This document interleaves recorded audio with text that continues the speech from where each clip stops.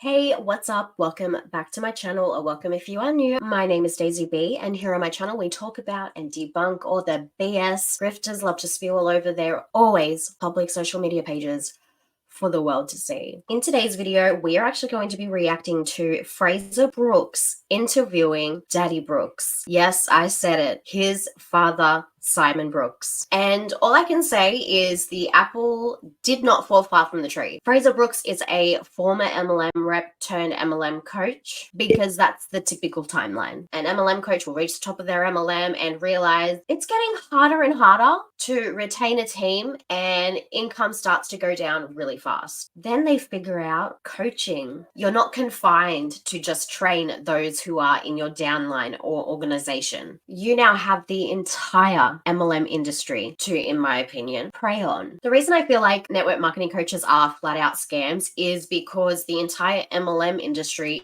in my opinion, is a complete scam. In my opinion, it's possible that Frazer's organization was starting to flop more often than it was winning, but that's just a theory. Now, before we get into it, let me give this disclaimer. This video is protected under the Fair Dealings Act for the purpose of reviewing and critiquing. It is not to defame, bully any person or individual or company. These are just my opinions on the MLM business model, cult-like tactics, and the toxic culture that we see in MLM. Now that that disclaimer is out of the way, let's dive on in to today's video. Hey, legends, Frazer Brookes here, and in today's interview, I'm so excited to bring to you a very special guest, the legend of all legends, my dad, Simon Brookes. Simon, also known as Dad, how are you doing? I'm doing good.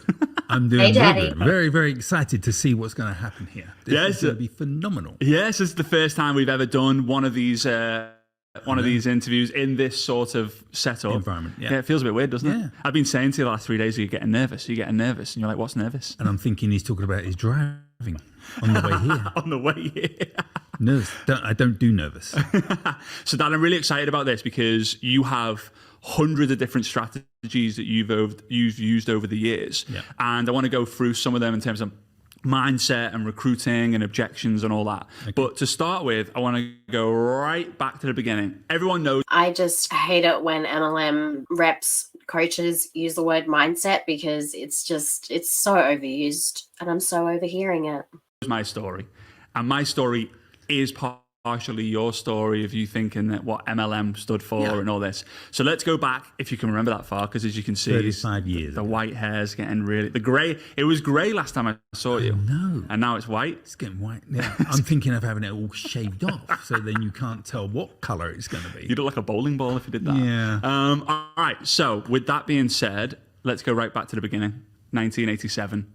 Okay. What happened? October 19. Well, before that, my background is I used to be in the retail trade. I used to have a supermarket. My parents had 4 shops, your nan and granddad, and they had 2 toy shops and 2 supermarkets, and we called them Brookways. Brookways. Well, we thought if Safeways can get away with it, Brookways can. So that's what we did. And then I met your mother, which is the woman of my dreams. She's only saying that because she's behind the scenes. Yeah. And I then thought, okay, let's go up, let's move up to north, because I'm obviously from the south. And I had a house, I bought a house that you was brought up in, which was number 5 Head Street. I remember the basement. Yeah, in Southport. And I don't know why saying where you used to live, because someone probably lives there. This is going to be a very common theme throughout this entire video.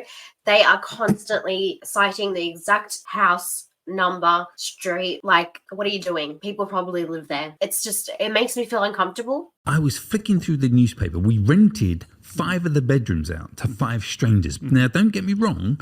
The strangers were people like doctors, dentists, and everything else. So much so, your godfather is a dentist. Yeah. So, and he was. Yeah, because nurses and doctors can't be killers. I mean, how many nurse killers are there? I mean, not to say that one of their tenants was definitely a murderer. Definitely not saying that. But just saying, oh, there were doctors and nurses and lawyers. So they're human as well. And they can also be responsible for some horrendous things. Just saying that, oh, they're all doctors and lawyers, that means nothing. The one who bought the newspaper. He bought the newspaper. Because you don't read the news. Yeah, I don't do newspapers. I don't do reading. I know it might sound sad, but hey, that's me. I haven't got time for that. By the way, how did you fill the rooms? How did you fill the rooms with strangers? Like the five bedrooms that you had. Oh, an advertisement in the paper. So before you even joined network marketing, you were a creator and not a consumer. Yeah. You were placing ads, not reading the paper. Yeah. Wow. Well, originally, go back even a step before then, I thought I could be like a gentleman in the United Kingdom that sold Nescafe coffee and take low sugar cheaper on a market stall in Petticoat Lane. He's called Jack Cohen, Tesco's. I thought I could do that. Right. So I then bought the first shop with your mum in a place called Littleport in Cambridge. And then we thought we could buy another one and then another one. Oh, my Lord. Was it a nightmare? All the rent, rates, light, heat, staff, all the headaches, all the risk and all the gamble. Didn't want to do that. And how many? Didn't want to put all that work in, but definitely wanted to put a lot of work into a business model that is, in my opinion, scammy as hell. These people really want to say that you've got to put the work in if you want to make it to the top of the compensation plan, completely disregarding that you still have to put in the same amount of work, if not more work, than a normal business. And it's not even your business. Make it make sense. How many overheads do you have in network marketing business? I don't have overheads. Exactly. No headaches, right? No. Different kind of headaches. Yeah. Kind of headaches. Yeah. So you rented the rooms out, 5 rooms, 5 strangers, woke up one day, saw the newspaper that John, shout out to John, my godfather, one of Dad's best friends, he bought. It was on the kitchen table. Yeah. What happened? I borrowed the paper, took it into our... See, we had a bedroom and we had a lounge that we said to all the tenants, they're out of bounds. Right, okay. So they couldn't come into those rooms.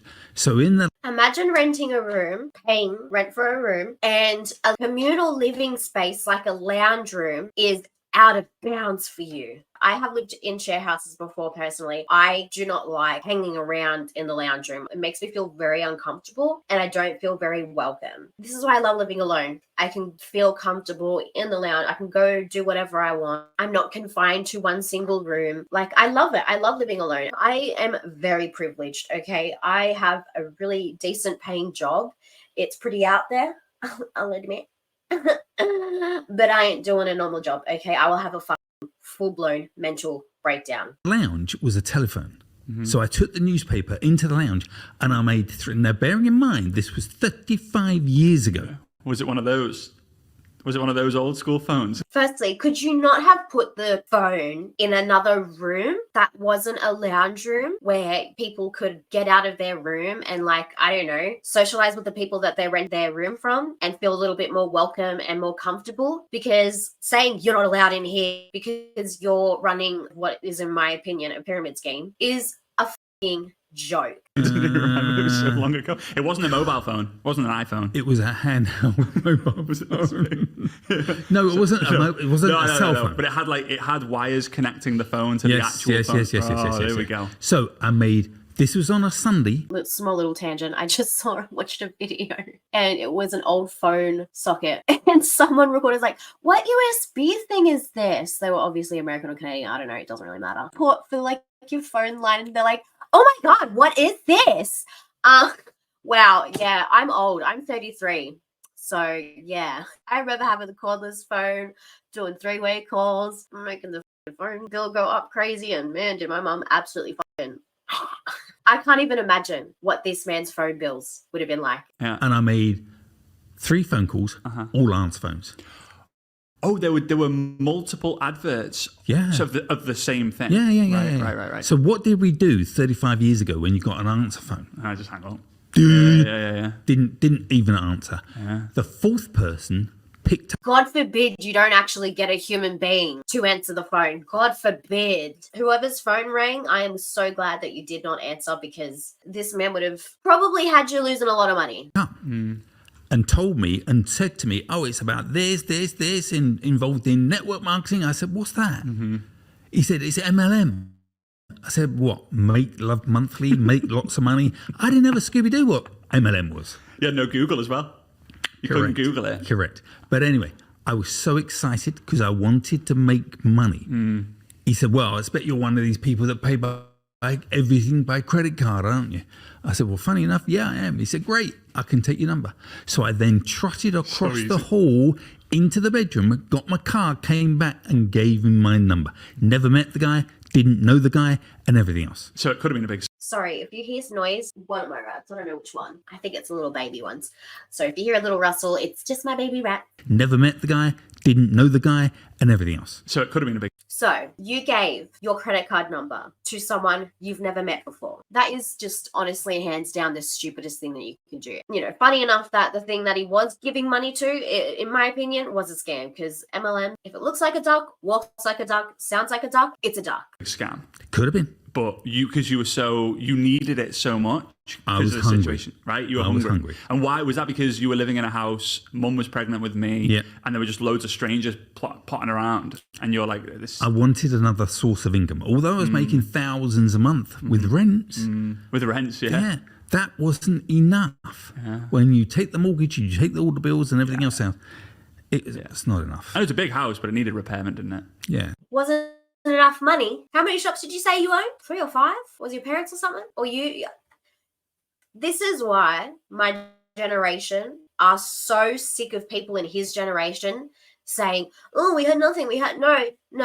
You had a fucking hell of a lot more than what the next generations had. A hell of a lot more. The fact that most of us won't even be able to break into the property market because houses 40 minutes away from the city, like in my city, are $1 million already. Your money was worth more back then than what our money is worth now. You could buy a house on a single person salary decades and decades ago. In your generation, 2-income household could absolutely afford a house. We can't. Oh no. Like the disconnect that this generation has is unbelievable. I just can't stand comments like this.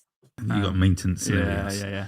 Okay, so you joined network marketing. I was in the womb in the room at your first ever network marketing. What was...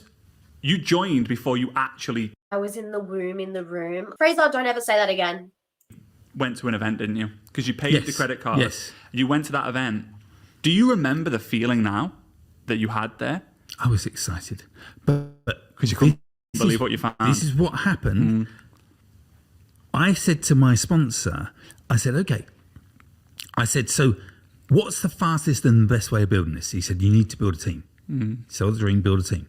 I said, okay, so how did I do that? I don't know anybody. I've only just moved up. Build a team. Best way to earn money. I love it when they say the quiet parts out loud. Love it. Oh, it makes my job so easy. Up to this area. He said, Simon, how do I know you? I said, you place an advert in the paper. Right. He said, you could do the same. I said, oh, I've never done that. I don't think I'm going to be interested. It's going to cost me money. Yeah. But didn't he just say that he put ads in a newspaper for like tenants? Did you not just say that before? What do you... I'm so confused. These people can't get their story straight. Seriously. I said, well, it's the easiest and fastest way of building it. So I placed an advertisement in my local newspaper. I had 19 people coming for a presentation. One turned up. Whoa, so you placed this newspaper advertisement. 19 people responded and said, I'm in, let's go, I'll come. But being naive You were like, and yeah, being a novice, I thought if they say they're going to come, they're going to come. Because I don't do letdown. Yeah, and it's a letdown business as well. Oh, God.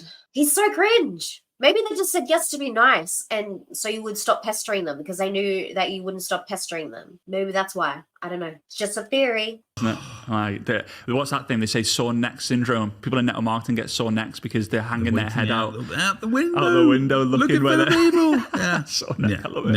Yeah. So, okay, so one person came. Yeah. Did they join? No. But that was the first time I physically...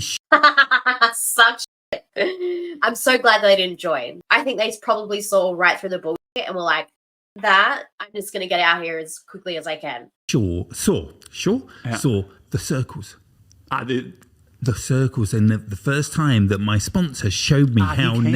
He came all the way. He spent 4 hours driving to my house to come do the presentation because I was a newbie. So hang on, your upline, is it Neil? Neil. Is it Neil? Okay, Neil. So shout out to Neil if you're listening. Neil drove 4. He got you involved. Yeah. You've told him I placed a newspaper advertisement. He's buzzing because he's thinking, I've got one. Mm-hmm. I've got someone who's doing what I'm doing. Like, he's willing, he's capable, he's hungry, he's coachable. Exactly. You're doing the exact same thing as he is, saturating the market. So there's less opportunity for you. It's like they walk right up to the point and then they just like heads in the sand, don't want to accept it. To recruit a bunch of people that sell the exact same thing that you do. Because what, you're going to try and recruit your friends? You're probably going to try to sell it to your friends. This is just insane. I've got 19 people. They've responded and they're coming to the house. And Neil's like, great, I'll come up and do the presentation because you have no idea what you're doing. Didn't know. He drives 4 hours. Was it one way, 4 hours? Like 4 hours to me, then 4 hours back home. All right, so 8 hours round trip. One person turned up and they said no. Yeah. How did you feel about that? I felt an absolute plant pot. I thought, hello. Yeah, like, is this I right? can't do that again. No, I can't. But my main deal was I let him down. Didn't let me down. I let him down. So I wanted to make it up to him. So the best way was I need to do my own advertising. Wow. I need to place my own ads. Because your list, you know, when people say, like, write your list of contacts, like when you got me to write my list when I started, your list was very small, wasn't it? Minute. And why was that? Why did you feel like your list was small? Well, don't forget, I'm from the south. Yeah. Moved up to the northwest. Didn't know anybody. Right. In actual fact, it was the guy that videoed our wedding, your mum and I's wedding, and another person. And that was about it. Yeah. I'm thinking, I don't know many people. So how am I going to find all these people? Because I knew it was about recruitment. Because if you're listening to this, folks, understand this. I thought initially it was about retail. Just sell buy the product for X, just sell it for Y. Sell it for Y. Make the difference. And that is a great way if you want to be poor with your life. Sorry, I'm very blunt. Yeah. Let me explain. He said it. He said it. Recruiting is where the money's at. They're literally saying the quiet parts out loud these days. They're not even attempting to hide it. It's really fascinating watching them just say the quiet parts out loud. And it's really interesting. Let me explain why. Because if we took a product, whether it's a pencil, whether it's a lipstick or whatever it's going to be, and you thought to yourself, I want to make thousands and thousands out of selling this product. Okay, that's great. Let's say you make £100 a month. Is that going to make you a millionaire? No. But no leverage. The way I looked at it, what if I could then build a team and have 10,000 people selling those lipsticks or those pencils, and I made a small amount of profit, then I could make thousands and thousands and thousands. And that's what clicked with me. And it's funny because back then, this is the late 80s. Build a team. So then you'll have thousands of people selling the product for you, aka buying the product, contributing to your group volume, your team volume, which will then help your pocket. This is insane. It was a customer thing. That's what everyone joined for, right? Going to make a little bit, an extra $300, $400, $500. Yeah. And then it got into the situation mid-90s all the way up till probably 4 or 5 years ago where it was, you always say to me, sell the dream, build a team. Sell the dream, build a team. Sell the dream, build a team. And that's what your focus was. Sell the dream, build a team. What have we been saying for how long now? It's all about building a team. That's where the money is. That's a pyramid scheme. And then everyone in your organization, that was what their focus was. Yeah. Now it's a little bit different because of different regulations. People are going back to the customer stuff. It's very easy to get customers on social media now, not as easy to recruit people, but now there's a lot of people with big customer teams and not enough leverage. So if they don't get a customer this month, they're not making big amount of money. Correct. The people who've got big incomes, they need to qualify for their royalties, for their volume. Right. So they think, and you should do both. But you just became a master at recruiting. So I want you to tell me the story when you felt, because obviously you've had your ups and downs, but in the beginning there was you were doing good, you were kind of doing what you were doing, not like massive success, but you were kind of growing your side income, you were excited about it. I remember there was a photo of you in a magazine and you had your suit and tie walking around Liverpool with a briefcase. Was there anything in the briefcase, or was that just for appearance? No, it was just for a show. Just for show, so you would look like it was a concept on Wall Street or something. Yeah, it was. That's fucking embarrassing. You're playing businessman to admit that. That's fucking embarrassing. I'm embarrassed for you. These people must experience a lot of really intense feelings and cognitive dissonance because someone's telling them that they're a business owner and they're playing business entrepreneur and all that bullshit. they must feel like absolute frauds, especially when they're answering to a company. They're answering to a company. They have to follow the policies and procedures in the agreement they signed. Oh, insane. Concept. But events, you wore a suit, Yeah, and you always polished wore. your shoes, and you wore a Always tie, tie. and everyone did the same, and the Yep. women wore suits as well. Yep. But there was a moment. It's sort of like dress for the part that you want. That's what I'm picking up on this. And it's just so cringe because you're not a business owner. If you're in America, you're a 1099 contracted sales rep, okay? And if you didn't even earn enough to file a tax return, honey, that's literally proof that this shit's a scam. Where you probably should have quit. When a woman, you probably remember the name, the woman's name. We can't go public, really. I mean, we're not going to mention her name, right? We can call her Jane Doe, right? For example. Tell me that story. Okay. Well, this is how it worked. With the product, we prepaid for the product. And the product, you had a choice of either getting the product sent to your house or to your distributor's house. So this lady, Jane Doe. You nearly slipped it out then. Shame on her, by the way. Shame on this woman. So we should make it public, but we're not going to. No. She said to me, "Oh, Simon, I'm getting all these orders and all these orders," and the product was a Christmas item. It was a Christmas product. Seasonal. Yeah, it was in December, and she said, "Oh, because I joined in October '87, and this is in December." She said, "Simon, I've got all these orders. I've got all these orders." I said, "Put them through, Jane. Put them through." And she said, "No, I'm going to save them up to get to the next level of discount." I said, Anyway, she gave me this order that took her to the top level of discount. Did he say next level of this scam? Am I going crazy? Am I going crazy? And she said, "No, I'm going to save them up to get to the next level of discount." It literally sounded like you said scam. Am I going crazy? Oh my God. Maybe he didn't. I don't want to say that he did if he didn't, but that sounded very much like scam. This order that took her to the top level of discount. And I said, "Okay." I said, "But then you've now got to pay for it." She said, "Yeah, I'll pop over." She said, "I'll write you a check and I'll give you the check there and then and you can place the order." Being naive, I said, "Okay, great." She came over. She lived, I suppose, about 20 odd miles from where I lived. Right, like half an hour or so away. It's down one road, isn't it? Yeah. And so she came over, and I got so excited. I bet. I said to you, "Mum, I found my rock star." I thought you could build a massive empire with one person. Yeah. So I then took her check, took the order, phoned my upline, gave him the product order, gave him my payment details, banked her check. There he goes again, giving his payment details out to someone. It's like a race of who can scam who the fastest. And she won. And it bounced from here to kingdom come. The order went direct to her house. Whoa. So she'd Big mistake, Simon. Big mistake. suckered you in. Yeah. I mean, you were new in the game. You had no idea, right? yeah. No one tells you these things. Yeah. It doesn't happen now, fortunately, credit cards and stuff. But you made the order. You placed the order of thousands of pounds. Yeah. The product arrived at her house. She has thousands of pounds of product Yeah. that she can go sell Yeah, individually, yeah. whatever. She gave you the money, but you didn't get the money. No. So you're now minus. How did that make you feel? It made me feel really sick. Yeah, I bet. So I turned around to my wife, your mum, yeah. and I said, "Right, I'm going to make enough money to get that back, then I can quit, because this is not for me." Wow. Oh, He kept going with it though, clearly, because we're here. He kept going. my days. What happened? I went from one person to another person, and it just went boom. Kind of became your why.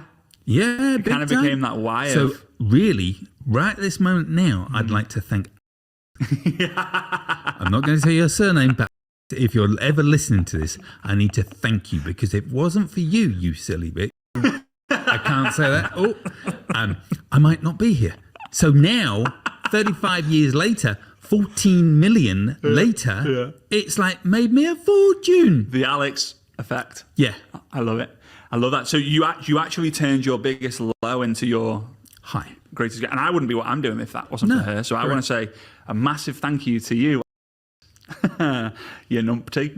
I say anything. Numpty? What? Look, she got to you first. She scammed you first. Accept it. Because clearly you just went on and continued to partake in an industry that just breeds toxic positivity, cult-like tactics, manipulation, deception, just you name it. And you're proud of that. That's just real bad. A slightly different way to my dad, but still has the same effect. All right, so you're growing and growing and growing and growing and growing. There's some tough times with the companies that you joined. The first company you did was a perfume company, and different things happened because it was very early in network marketing. It wasn't figured out. No. And you got involved in a health and wellness product, health and wellness company. Was with them for 18 years, 156,000 distributors in all these different countries. Yeah. I remember when you'd made it. I remember we were living in a house called Beaches. Well, it wasn't called Beaches Brook. It was 2 Regents Field. Was it? Yeah. Number. Right.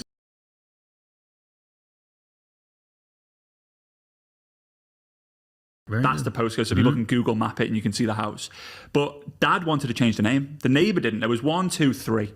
Yeah. They're giving such specific details of past property that they've lived in. I don't know why it makes me feel some type of way about it. It just does. Somebody that you messed up and really thoroughly over financially and emotionally sees this and is psychotic enough to go to that house thinking maybe you're still there. Like, I just don't like how they constantly spouting where they used to live. It just makes me feel a bit uncomfortable, especially if it's still a residential area and a residential dwelling. Like, that's just not necessary to give so much detail, in my opinion. Regents Field. Correct. Dad wanted to change the name, the other 2 didn't.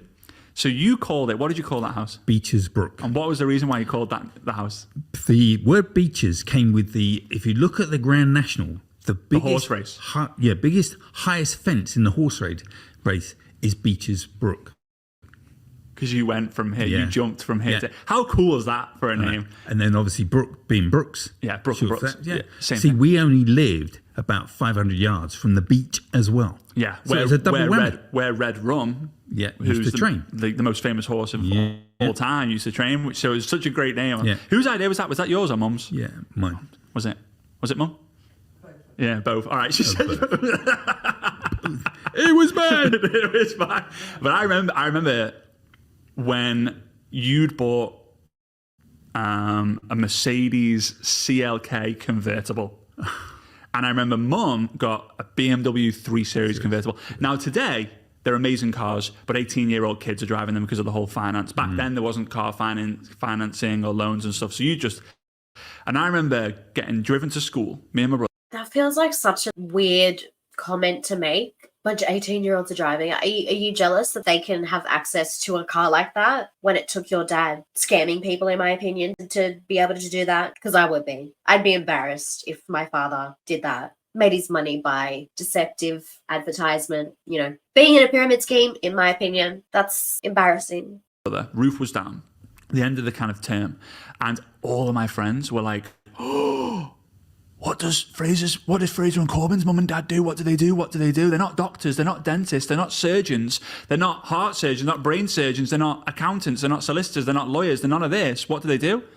And I didn't know what to say. And I remember me and my brother saying, they help people make money.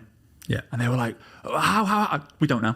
We had no idea how you were doing it, but you were crushing it. And I remember being so... This is something that MLM reps have to do. They have to be really vague about what they do, because if they were honest about what it really took to get to the top of that compensation plan, 99% of people would be like, that's kind of scammy. I don't really like that. And I'm not going to be taking part in that. But then the other 1%, they'll do it. And they'll do it with a smile on their face and a giggle in their heart. So proud because everyone else wasn't turning up in these cars. Now it's a little bit of a different situation, right? People are doing this, but like back then it was just like, it was incredible. But bearing in mind, your mum and dad always came to your sports days. Yeah. You always came to all your events. We never had to ask a boss, can we have that time off? We could always be there. And then I started to get a bit suspicious because there was a time. That sounds just like such a massive jab at parents who work a job that is not in the home, that is at an office or on site somewhere. And it feels like he's really just shaming parents that don't have that luxury of being able to spend more time with their children. I guarantee you, he was not spending a lot of time with his family and his pregnant wife, especially when he would have just got in the game. He would have been absolutely, completely, and utterly immersed into this MLM industry. He wouldn't have had the time to spend with his family. And later on in this video, you're actually going to hear him basically admit to putting the MLM before his family. Time where you went to Malaysia and the Philippines. I think it was like, I think it might have been both of those. Malaysia and Philippines. No, they was were it just separate, but it was separate. Malaysia. Yeah, Malaysia first. You were there for what felt like a month. I don't know if it was 2 weeks or 4 weeks or whatever. 2 weeks. It felt like a month to us. And you come back and we were like, Mum, where's Dad gone? Where's Dad gone? He's like, oh, he's gone to Malaysia. We were like, Malaysia, where's that? Like showing us on a map how far. And we were like, wow. Started thinking that you were some sort of spy. Started thinking that you were some like agent. We didn't know. And then you brought back some dodgy DVDs. Right, back in the days, I don't know how many of you guys remember the dodgy DVD days. I probably shouldn't disclose this. We were watching these DVDs, and people are walking past the camera whilst you're watching Jurassic Park. And my friends came around, and we were the first to watch this. I love Jurassic Park, like one of my favorite movies. This movie. Like, how is Frazer's dad like getting these movies that aren't even in the cinema yet? And we're like, I don't know. He just seems to figure it out. So you started to grow. Yeah. What do you feel has been, because you made millions and millions and millions of dollars, what do you feel has made you bulletproof? Because there's been many times where you've celebrated, but there's been thousands of times where you've gone, I can't be bothered getting out of bed today. Okay. I can't be bothered doing this today. I always focus on the next person that I can show the opportunity to and help them go from zero to hero. It's just being one of those bland distributors that don't know how to recruit people or don't even want to recruit people. That's not me. It's like I'm thinking, why bother?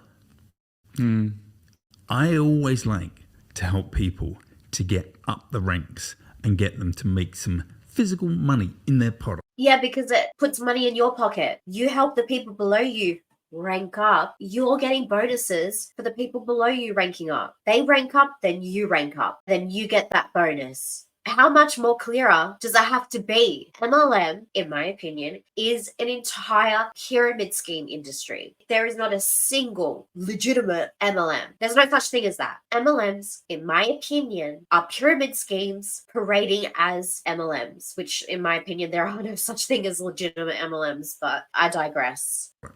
In their pocket. So with that then, I remember for 10 years straight, every week you had a goal to recruit someone new, didn't you? And when you recruited them back in the day, when you had this goal, it wasn't $100 to join. No.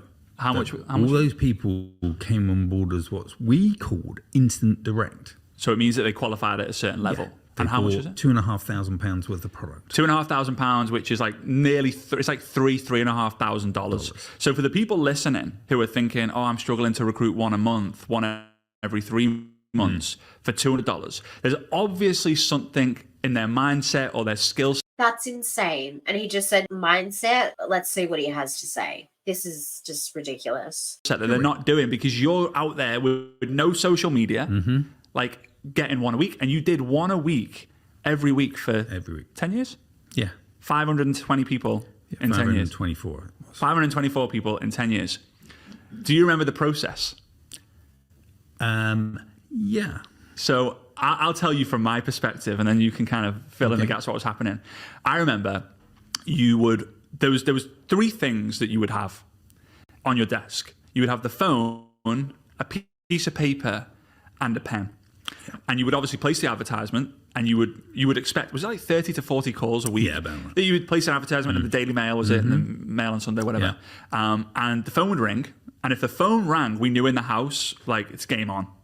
Like, yeah, we had to be quiet. There was many times where Dad would open the door, open the window and shout because we'd be playing with our friends and it'd be way too loud. Anyway, you'd be like, right, the phone. He must have been such a distant parent Kids played, and you're screaming at them, trying to con people into a pyramid scheme, in my opinion. You're gross. Rings, game on. And you would have this paper and you would blueprint everyone.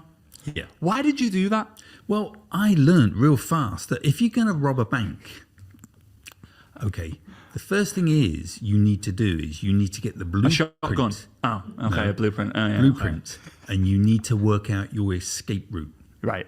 So you need the blueprints of the person. What did he say? So I thought to myself, okay, so if I'm speaking to somebody, I need to blueprint them. Who are they? Where do they live?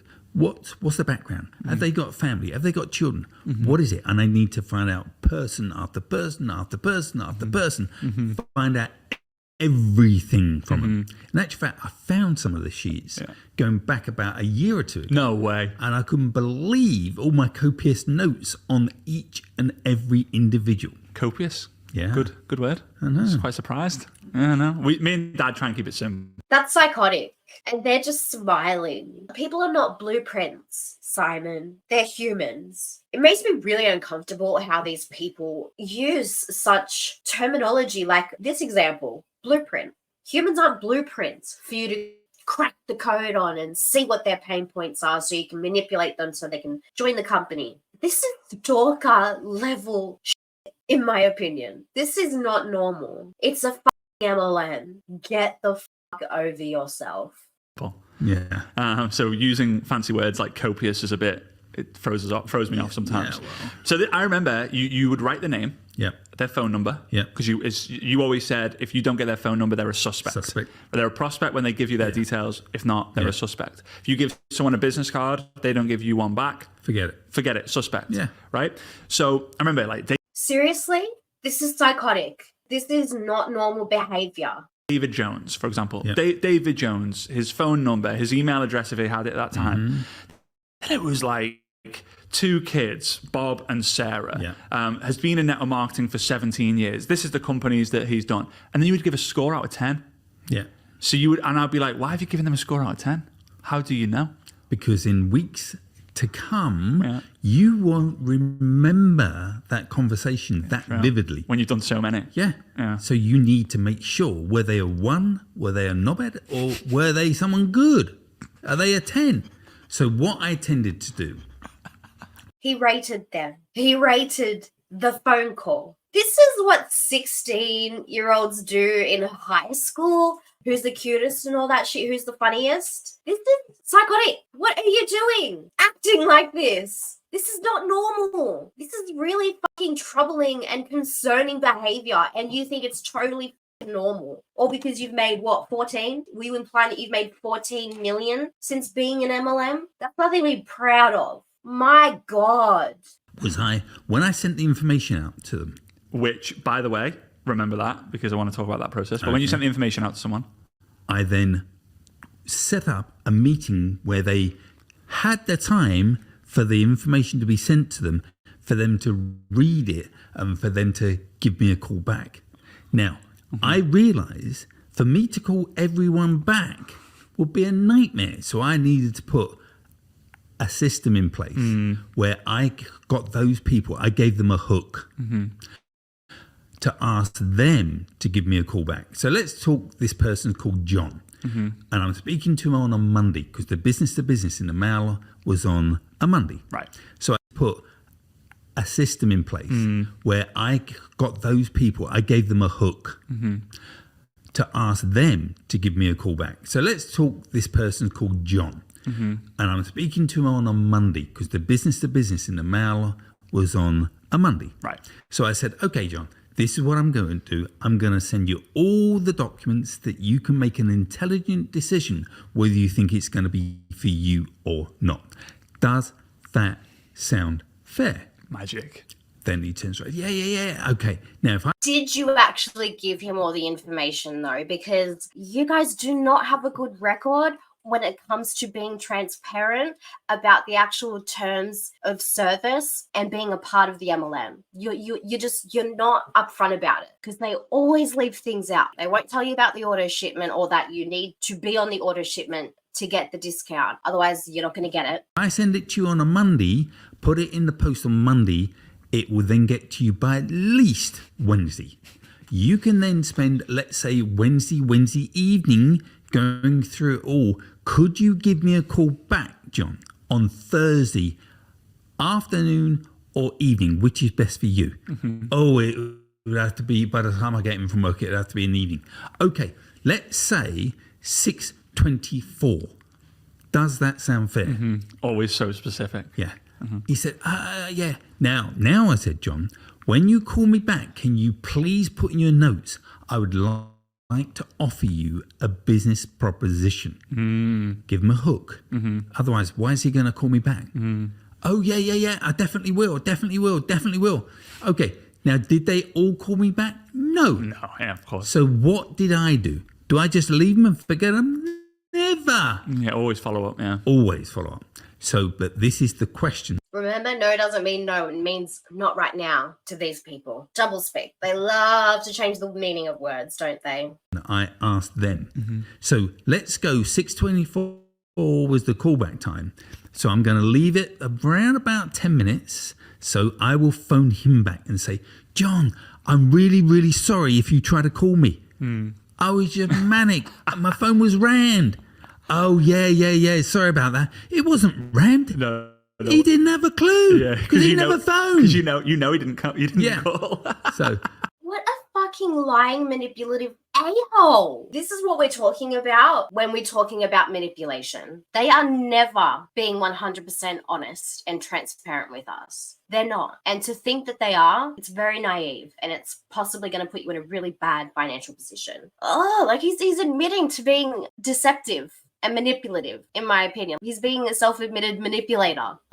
This is crazy. I said, but what I was going to say, John, is if it's a fit for you, if you like what you saw, I'm going to give you a proposition. Now, you've not called me back, so I need to ask you a favor. Would you go through the information and would you give me a call back tomorrow? Let's go 6:27. Does that sound fair? And eventually they're gonna call you back, and obviously you have it. So here's the thing that I want people to know about this, though, is when you the phone had called, you'd made notes, you had these diligent notes, copious notes, you said, right? And then when the phone went down and someone had said, I want the information, it wasn't what it is now of, I'm going to send you a link. I'm going to invite you to a Zoom presentation. Zoom wasn't even a thing. Zoom was, you Zoom fast. That was when a car went past. Right, it went past, it went zoom. Right, it was a noise. It wasn't an app. It wasn't a technology. So I remember we would go into the dining room. Right, started at Phillips Lane because Dad went from all these different houses, just kept leveling up, climbed the property ladder. But put it that way, different dining room, right? A different dining room every time. But there was 7 or 8 stacks of paper, wasn't there? Sometimes it was like this high, super, super high. And each stack had a piece of paper on it, didn't it? Like information page 1, 2, 3, 4. And then you would put them in like a black folder. Remember the black Go Global folder or whatever it was? You probably still got one of them floating around. And then you would put it in an envelope. I still remember all this. And you put it in an envelope. You would write their address on because now you've got it. Flip and heck, people don't get people's address anymore. You're getting his name, his email, his phone number, and his full address with his postcode and everything. It's crazy. And the name of his kids and all that. So you then go to the post office. You send. I hope that last part was a joke because that is weird. If you are collecting that sort of information, that's fucking weird. What are you going to do? Try and recruit them when they turn 18? That's creepy. Are they trying to pretend like they're profilers or something? This is not normal to have files on people in this context. Because when you peel back the bullshit, you realize pretty quickly that it's a scam. It's a pyramid scheme, in my opinion. 3, 4, 5 of these a day. Yeah. Some could get lost. The dog could eat some of them. They did. Oh, yeah. The dog ate it. I'm sorry about that. And now it's so much easier. But still, you recruited 524 people in a 10-year period. Imagine saying to an MLM rep, well, sorry, the letter you sent me, the dog ate it. Are we in high school? What is this? Period, paying £2,500. I didn't know how to stop. You didn't know how to stop. So what do you feel has created that mindset? Because obviously the people watching and listening to this, a lot of them need, it's mindset and skill set, isn't it? If you've got a bulletproof mindset and you've got really strong skills, you're going to get the jet set. You're just going to win. It's inevitable. But the mindset is the foundation.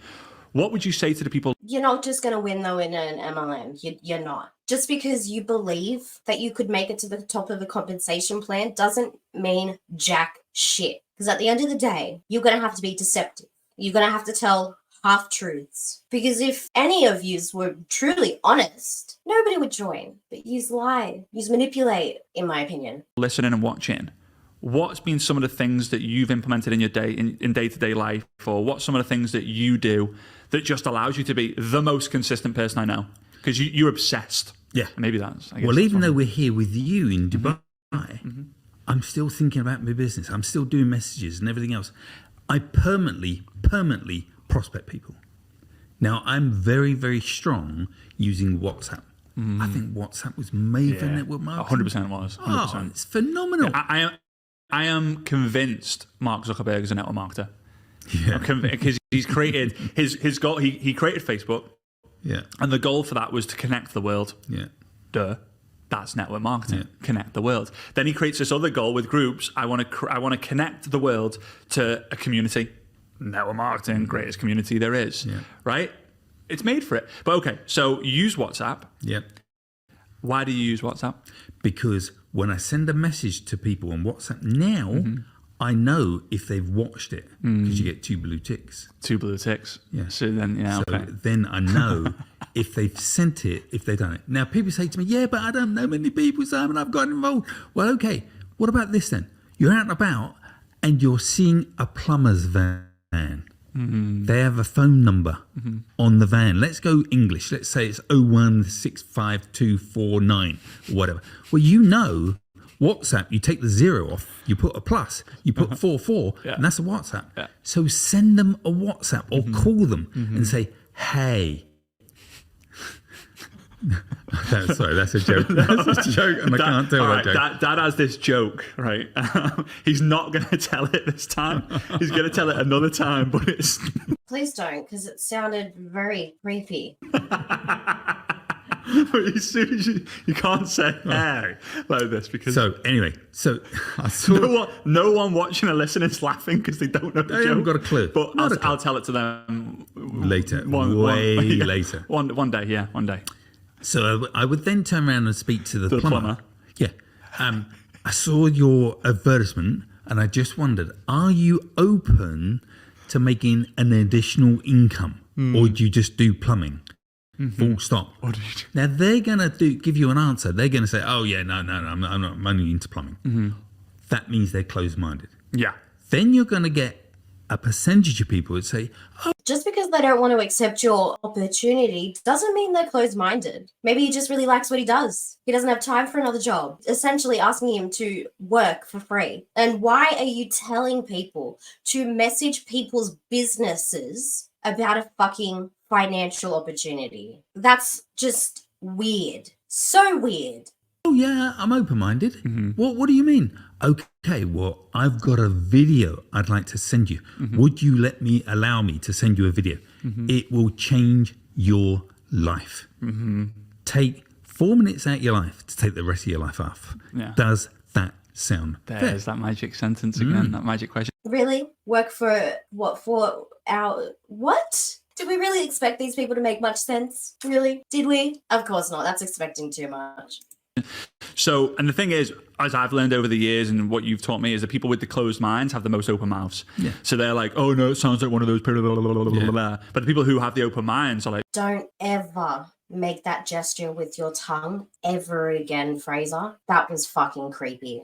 yeah, I'm interested, send me. It's funny, you know, it's more now in today's age that people are more open to network marketing. 100%. There's two types, aren't there? There's people who are inspired to join and people who are desperate to join. Yeah.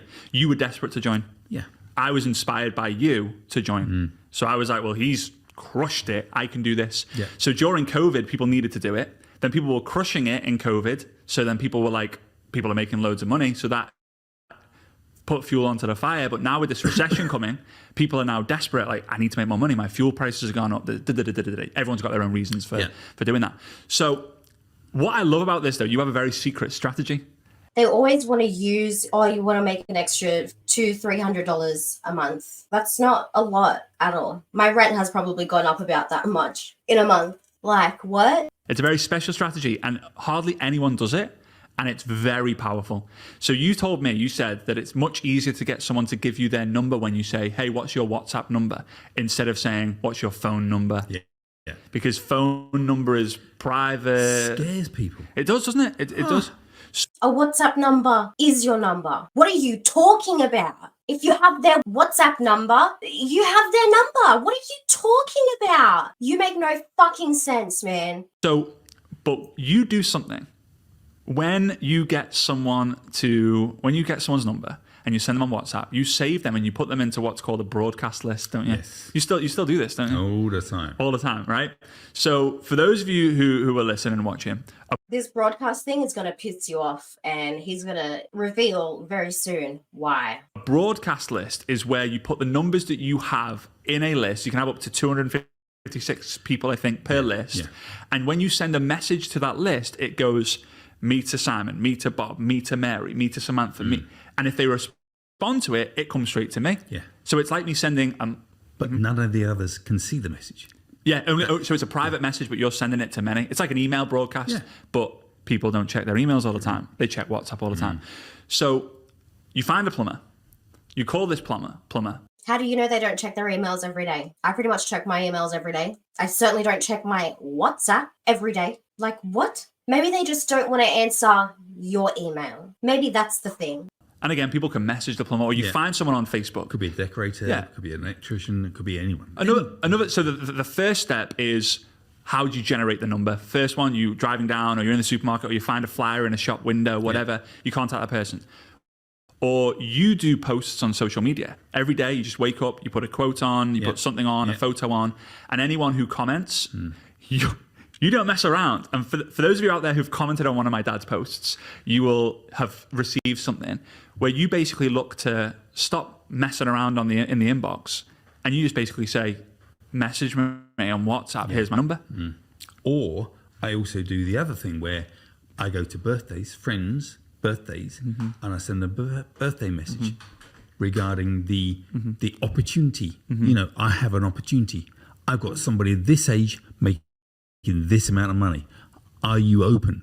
This is what I'm talking about when I say that the relationships that an MLM rep has are transactional. They can't even send a happy birthday message without talking about the opportunity. How about just say, happy birthday, and that's that? Why do you have to then go on with the opportunity? I can guarantee you that his friends would have stopped inviting him to birthdays because this is the kind of fucking bullshit that he'll pull. Seriously, don't send a happy birthday message or something like that and then put in there a fucking business opportunity, because that's not a happy birthday. That's a spend money with me, bitch. How about no? People don't even think about that. Right. So you're leveraging stories of Others. of others. Yeah. People by people. Yeah. I know, it's funny because I remember when I came to you. People buy people? I'm sorry, what? Others. Of others. Yeah. People by people. Yeah. I know, it's funny. He just said people buy people. No, no, people don't buy people. You know what kind of people do buy people? Human beep beeps, Simon. That's who buys people. This is the way that they talk about their prospects. They're just another rank to them. You are there to line their pockets and make sure that they keep their rank or keep ranking up. Remember he said people buy people. Yeah, okay, Simon, people buy people. Not fucking ethical people, but okay. Because I remember when I came to you, I was 21, 22, and I felt like I was too young. And you said, go recruit someone who's older then. And I was like, oh, how?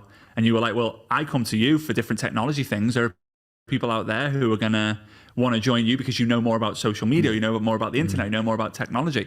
And then I leveraged the older stories when I was speaking to someone older, and you would leverage the younger stories, the people who would come to the event who were younger as well. So you would get someone, again, you would do a Facebook post. Like, here's the strategy for the people listening, watching. You would make a Facebook post or an Instagram post or a story or whatever. Someone shows interest. You're going to say, hey, this is so great. I don't want to just send it on social media. I want to send it to you by WhatsApp. What's your WhatsApp number? Or here's my WhatsApp number. Send me a message and I'll send it through. Yeah. That's step one. Step two, Bob messages you. and you're going to send them the information. Yeah. But you're also, step 3, going to add them to your broadcast list. Correct. So you go into broadcast list, add members, Bob Jones, select, done. Yeah. Now you have 17 people in your broadcast list.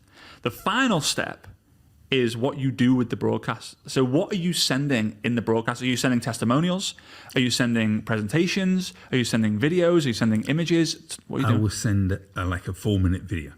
So like every do you do it once a week? Do you just do it now and again? Now and again. Because I remember, so what happens is when you send the broadcast list, a message to the broadcast list, it just sends them to everyone.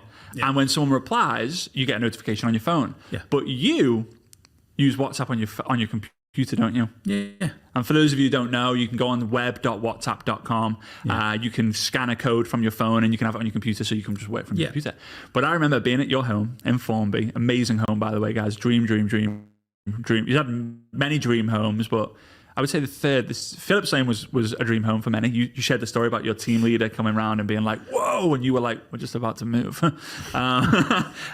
Regent's Field, Beaches Brook, was in the paper. I remember, for those people who watch football, Kevin Keegan used to be the manager of Newcastle Football Club. And it was Newcastle and Manchester United in the Premier League going, and he made this famous quote. He said, I would love it if we beat them. I would love it. And on the front of the newspaper was him, and you were a separate article with the fact that you just bought this crazy, huge mansion in Formby. The third one was Victoria Road, which I share the dream home story about a lot. It was the dream home we designed as a family. And the fourth one's where you live now on the private golf course. There's only one house on the entire golf course, which is just unreal. 5-minute walk from the beach, and it's basically private. Anybody listening to this, if you know anything about golf, how many of your contacts have got 3 red stakes on their property? 3 red stakes. That's how close we are to the golf course. Yeah, your garden is the out of bounds, basically. Yeah. So what I love, the reason why I say this is because I was in that house, a meter away from 3 red stakes, and all I heard was bing, bing, bing, bing, bing, bing, bing, bing, bing, bing. Dad, what the heck's that? It says WhatsApp notifications. And I'm like, what do you mean WhatsApp notifications? Is someone really trying to get hold? Oh, no, I sent a broadcast out. And I was like, what? So you got all these people. How many are on those lists? I've got thousands. So because you just collected numbers. Yeah. So here's the question then. The internet gets wiped out. Have you seen the movie Avengers? You've seen that with like Iron Man, Spider-Man, Hulk? Yes. Yeah, clearly wasn't that good for you because you were like, yeah. But in that movie, the Thanos, he clicks his fingers and half the world dies. Okay. Imagine if there was a social media Thanos, click, and social media died. Mm-hmm. It actually happened about 6 months ago, a year ago, where everyone was like, oh, it's not working anymore. It's not working anymore. And so you would be all right.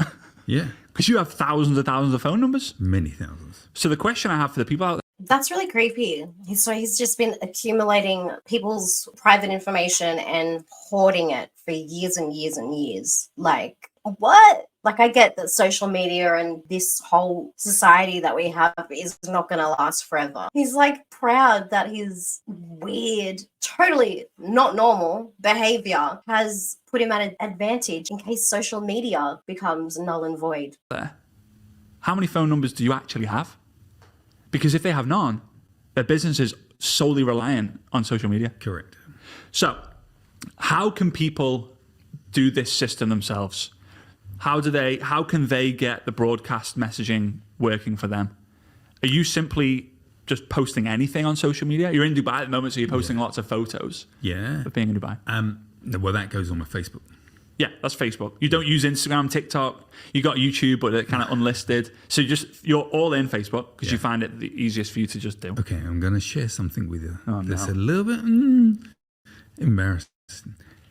I didn't realise that IG was Instagram. IG was okay. I thought it was a different company. It's a stockbroking company. Your job literally requires you to be on social media. You didn't know what IG stood for? I mean, I get it, you're old, but get with the lingo. It's so old school. It's great. Oh, it's great. So you would post something, whether it's a photo or quote. People would engage, comment, right? Because you get people from time to time. Sometimes it's a lot, sometimes it's a little, right? If you then take photos with mom or with the dogs, or you do a video of your home and stuff, it blows up. You're then messaging those people saying like, I've got something that you're going to love. Message me on WhatsApp and I'll send you the details. Yeah. And by the way, my dad has possibly the greatest phone number in the world that a person can have. It's just, there's two types of people when he tells this phone number, and you guys can get it, you just message him and he'll send it to you, but be warned, you will be added to his broadcast list, right? He does what he says he does, right? There's two types of people. The first type goes, no way, is that your number? Or, wow. The second person goes, oh, okay, let me repeat it back to you. It's 0. And you're like, have you not got onto the fact that that was the greatest number in the history of phone numbers? Yeah. Anyway. And the funniest thing is, if I actually just say the number, it's more sexier. If I do it as a WhatsApp, it's not as good because you got a +4. Yeah. There you go, you got his number. Yeah. You can pause it, rewind 10 seconds, and you can hear his number. And the thing is, you're very open to helping anyone, aren't you? Anyone. Like, he will pitch people. Yeah. You're going to know what I do. But that's... But then that's because you're a professional network marketer. You're not over 18, you can make your own decisions, live your own life, wake up. Right. Exactly. And if you're happy doing what you're doing, then great. Yeah. So okay. So you put a quote on Facebook. You can do the same on Instagram, TikTok, and all that fun stuff. Someone messages you or comments. You're messaging them. If they message you, great. If you message them, great. They then message you on WhatsApp. They're getting the information. A video. What do you have, like a 4-minute video, 7-minute video, 4-minute video? Great. You add them to a broadcast. Yeah. And then every now and again, you're sending presentations. Or, testimonials. Could be testimonials. It could be income. Proof of income. Could be result driven. Be careful now. You know that you can't make income claims. Result. So just anything really. Yeah. But it's never just like, hey guys, just check it. Like, hey Bob, hey legend, hey mate, just checking in. You're awesome. There's always a point. No, what's the point of doing that? And it pisses me off. Excuse my language. When people do that to me, we're past that point. It's like, oh, hello, Simon. How are you today? Yeah, dad's Nap off. Yeah, so dad's very.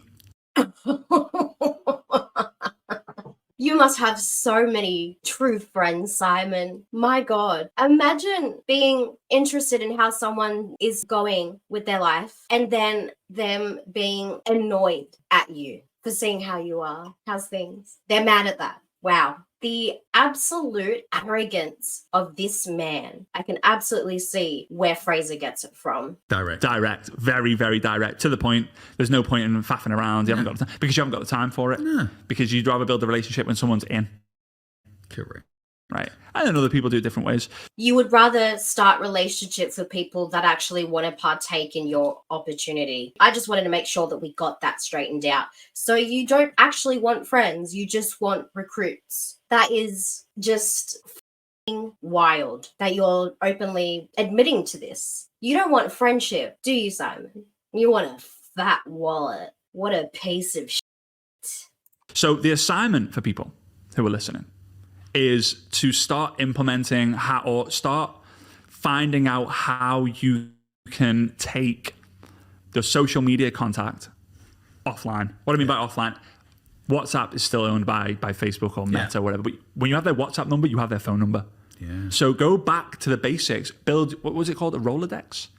Was it a Rolodex of contacts? You're going back decades and decades and decades. Yeah, but everything goes full circle. Well, yeah. Right? So what, as you were saying before, you started customer. Then you went team member. Now the industry is customer again. And it has to go recruit again. It has to. Because what's happening now in the industry of network marketing, it's amazing to see all this data from my resources, is the number of customers is growing massively, but the number of people joining the industry is down. And as we know, there's a lifespan. You can thank the anti-MLM movement for that one. It's a majority of people. Yeah. All right? You join, so if 100 people join today, a year from now, there'll be 20 left. So what's happening is the number of people joining is low. The number of people who are quitting is the same. So the number of people who are left inside the network marketing space is a lot lower. But that's where it gets exciting for us. Yeah. Because as network marketers, as you in the field and me training, that for me, the people who are in are in. And for you in the field, there are less people in the marketplace. Correct. Who are out there. Yeah. So one thing I have to say. So again, guys, your assignment is to figure out either using Telegram, because you can use a Telegram channel. It's not as good as WhatsApp. I predominantly use Telegram for existing distributors. Right, your team. Yeah. Right. It's phenomenal for communication. Yeah, it's amazing. Again, communication is the whole thing here. Because you can get 20,000 on the Telegram group. Yeah, so your team communicate as a group or as a channel on Telegram. But what content can you create? You're doing that anyway. You're going to learn a lot of that in future interviews. Then what are you doing to get them onto WhatsApp? What are you sending when you get them onto WhatsApp? And then what are you going to send when you get them in the broadcast? But it's very, very simple. You've shared it. When you get them on the WhatsApp, you send them your information. I can't even imagine how much he's sending through this broadcast thing. People have probably had to put the broadcast on mute because of how much he's blowing it up. Yeah. Then you do your follow-up. Then you use the broadcast messages as an additional follow-up by every week. Follow-up Friday. Yeah. If you're like me and you need to have structure, every Friday, send a message in the morning. Hey, here's a testimonial I wanted to share this week. Yeah. Hey, here's a result that I got. Well, it could be Monday Madness. Monday Madness. You could do Friday and Monday. Heck, why not? And if people are like, stop sending me messages. It could be Tuesday, Newsday. Yeah. It could be anything. You got loads. Yeah. You got loads of it. So what happens when someone goes, get me off the list? Well, the benefit Stop is sending me messages. with the broadcast, they can't take themselves off the list. That's why I use it.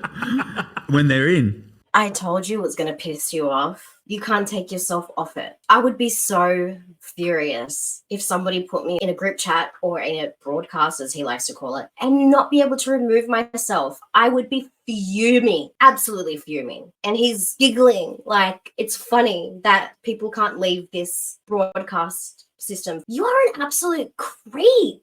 Oh my God. Get a real job. They're in. Or when they're on, they're on. They cannot remove themselves off the list. Mm-hmm. That's what I love about WhatsApp. As we wrap this up, thank you for doing this. Because you're on holiday here.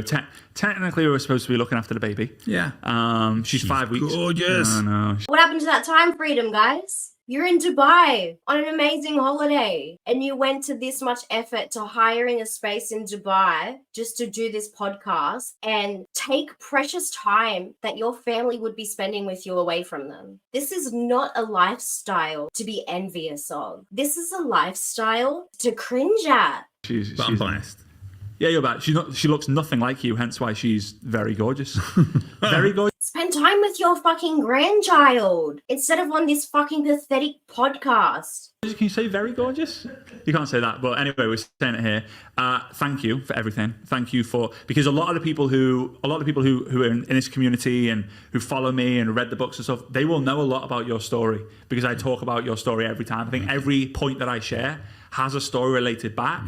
And nowadays, because the hair's getting... Yeah, because your dad fucking recruited you. It took 4 years after you turned 18, but he got there. He cracked you. Getting grey and the brain is not as fast as it used to be. I didn't realize it's all right. It's it was white. Yeah, I can get on to a couple. Maybe it's the lighting. All right. Sometimes we have to pull the information out, right? Because it's when you have a million stories and a million trainings, thousands of keynotes, it's sometimes hard to remember them all. And that's why I'm so grateful. We've got this recording for life and anyone and everyone can watch this as many times as possible.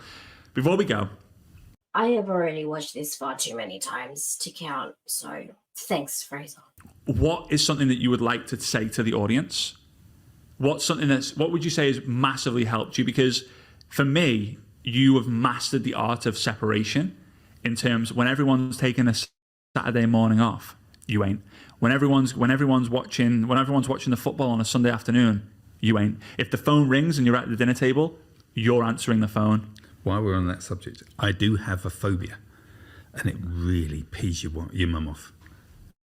And it's like, if my phone rings, I have to answer it.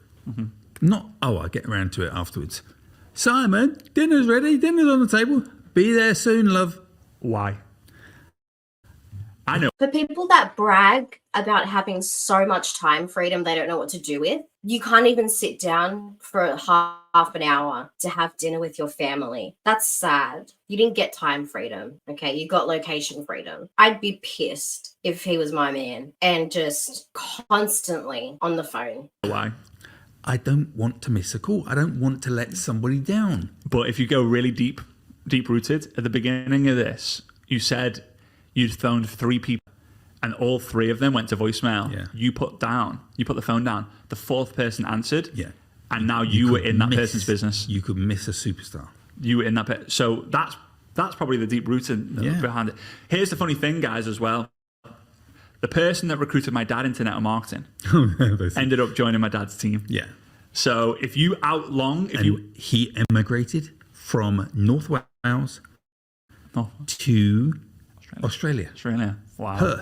Perth, amazing. So shout out to him. And I still speak to him sort of like on a daily basis. 35 years later. Yeah. 36 in October, wasn't it? Yeah. 36 years. Yeah. Wow. So what would you say to the people who are tuning in, they're listening to, they're going to get access to so many interviews. Okay. They're going to get access to an amazing community. They can share their wins. They can share what their bingo moments from this thing was.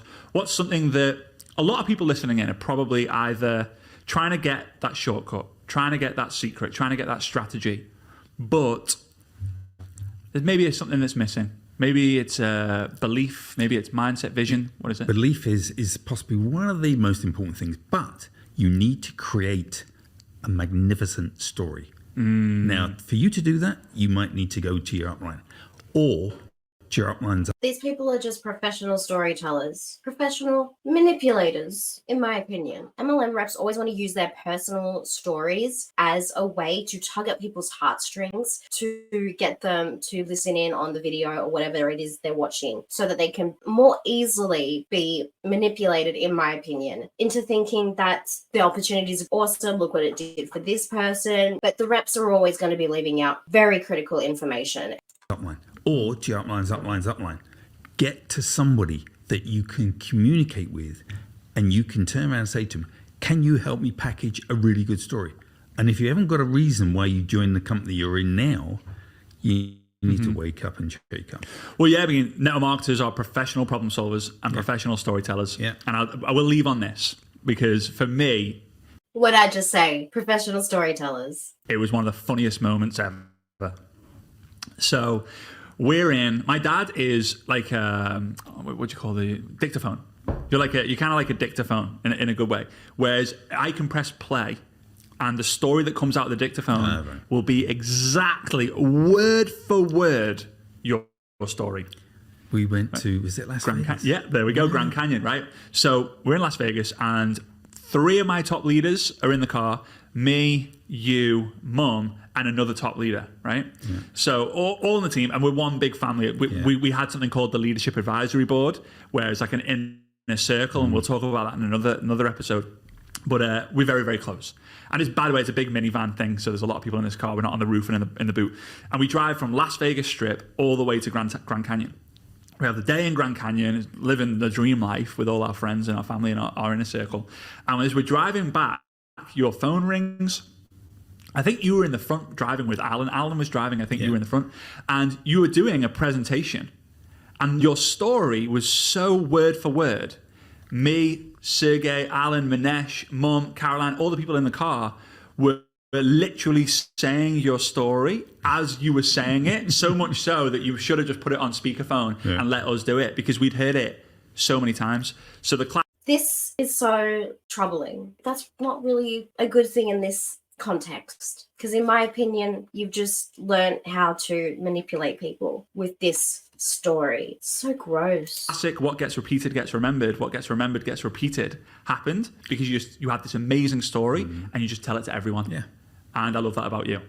So thank you for doing this. Thank you to everyone listening in. I hope there's something in value. If you can, comment and communicate, or maybe send my dad a message on he'll probably want it on WhatsApp. Send my dad a message on WhatsApp or on Facebook. Go and follow him. If you do send a message to me on WhatsApp, please, can you make sure you let me know how we've connected? There you go.